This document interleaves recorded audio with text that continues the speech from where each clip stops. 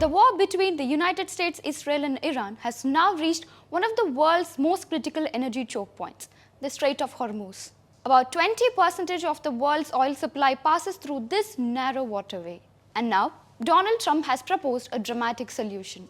The US president has called for a global naval coalition to send warships to the region and secure the strait after weeks of attacks on commercial vessels and disruption to oil shipments. But the big question now is, will this coalition actually work? And if the United States has the world's most powerful navy, why can't it simply take control of the Strait of Hormuz?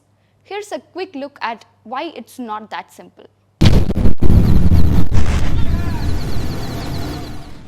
First, what exactly is Trump's coalition plan?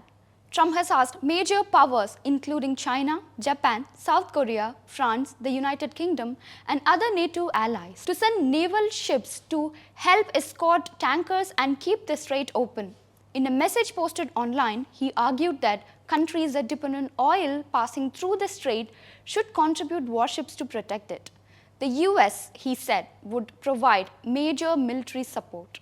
Nice to have other countries police that with us. And we'll help. We'll work militarily. As far as I'm concerned, we've essentially defeated. And we are demanding that these countries come in and protect their own territory because it is their territory. It's a place from which they get their energy.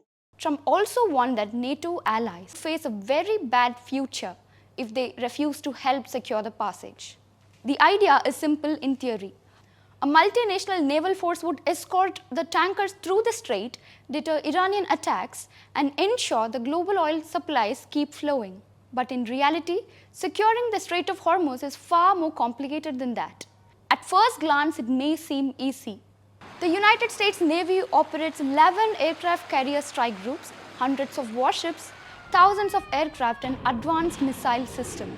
Iran, by comparison, has a much smaller navy. But the geography of the strait changes everything. At its narrowest point, the Strait of Hormuz is only a few dozen kilometers wide. And the actual shipping lanes used by the giant oil tankers are just about 3 kilometers wide each, one lane in and one lane out. That creates a predictable choke point. For Iran, it means ship passing through the strait becomes slow-moving targets on fixed routes. Oil tankers travel slowly, often under 30 kilometers per hour, making them extremely vulnerable. Because these attacks can come from nearby coastline, defenders might have only seconds to respond. And even a few successful strikes could have massive consequences. If a tanker is damaged or sunk, the narrow channel could quickly become blocked. But perhaps the biggest obstacle is not missiles or mines, it is insurance. Shipping companies will simply refuse to send vessels through a war zone if insurers will not cover the risk. That means even if the US Navy escorts ships, commercial traffic may still stay away unless the region becomes significantly safer.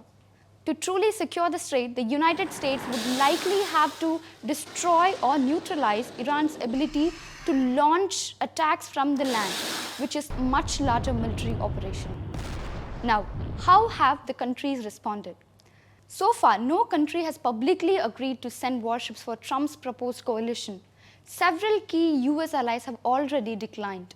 The United Kingdom said it's examining options but has not committed to deploying naval vessels. France has also ruled out joining military operations, saying its position remains defensive and that it will not participate in a war against Iran. Japan has said it does not currently plan to dispatch naval escort ships, with the Prime Minister stating that Tokyo is still examining what it can legally do. まだ求められておりませんので、仮定のことにはお答えしにくうございます。日本政府として必要な対応を行う方法を現在検討中です。もちろん日本の法律の範囲内で。Meanwhile, Australia has clearly said it will not send naval ships to assist in reopening the strait. Two major Asian powers have not ruled anything out yet. South Korea, which imports around 70% of its oil from the Gulf, says it is closely monitoring the situation and considering measures to protect energy supply routes. China has not agreed to join the coalition either. Instead, it has called for an immediate end to hostilities and said all parties must ensure stable global energy supplies. Now, what is Iran saying? Iran insists that the strait has not been completely closed.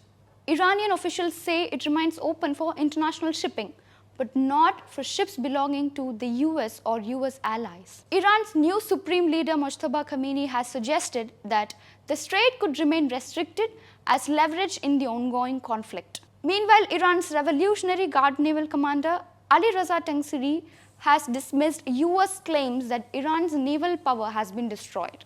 He said that the Strait of Hormuz is not blocked but is under Iranian control.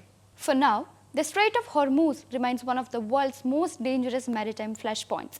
Even though Trump's coalition plan aims to reopen the vital oil route, without strong international support and with Iran still able to strike from nearby territory, securing the passage may prove far more difficult than it sounds. Because in this conflict, Iran doesn't necessarily need to control the strait. It only needs to make it too dangerous for the world to use.